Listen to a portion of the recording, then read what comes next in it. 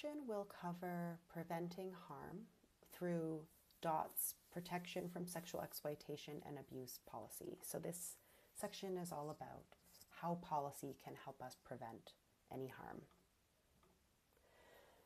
So the first question we have to ask, though, is having an organizational safeguarding policy enough to ensure safety for our staff and for our participants?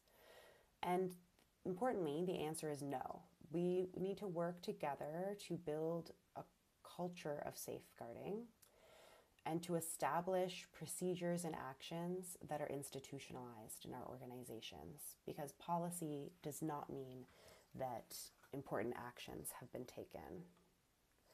So DOT does this through the prevention and response to safeguarding issues, through our PSEAH policy, procedure, and ongoing learning about how to keep people safe. So the first side of this slide outlines our prevention work to create safe work and learning environments. So this is done through our PSEA policy. Within the PSEA policy, you'll find a code of conduct that dictates staff, partner staff, and affiliated team members, so youth leaders, contractors, all the behaviors and expected standards for that behavior are all laid out in the code of conduct.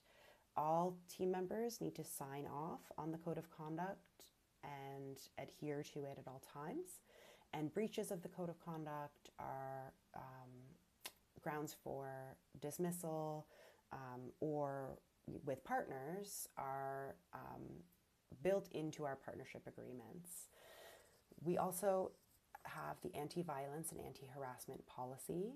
We have an active bystander policy, which asks that every one of our team members and anyone working on going beyond, if you witness or experience anything, that you have a duty to report that to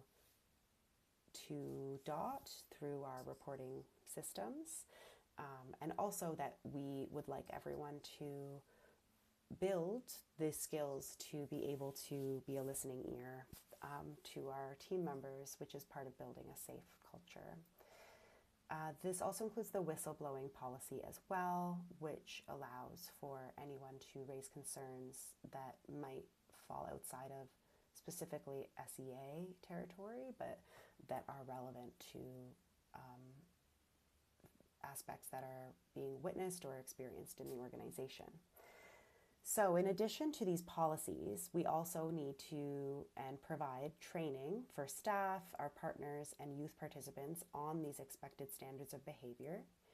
And then we also need to engage in ongoing learning and co-design with partners so that we can leverage their local expertise and also improve how we're doing our safeguarding work in order to make sure that it's really having the impact we're hoping for. We also have the other side of this slide, which outlines our safe reporting and response systems. So we have response procedures for SEAH incidents that we are able to leverage through safeguarding focal points in each of our partner organizations, confidential and accessible reporting channels for any staff, participants, or community members to raise concerns, and survivor-centered referral and support systems. So DOT has a policy of zero tolerance for any SEAH. DOT is very committed to working with and strengthening the capacity with our partners that are aligned to our standards for safety and inclusion and that work with us to uphold these standards.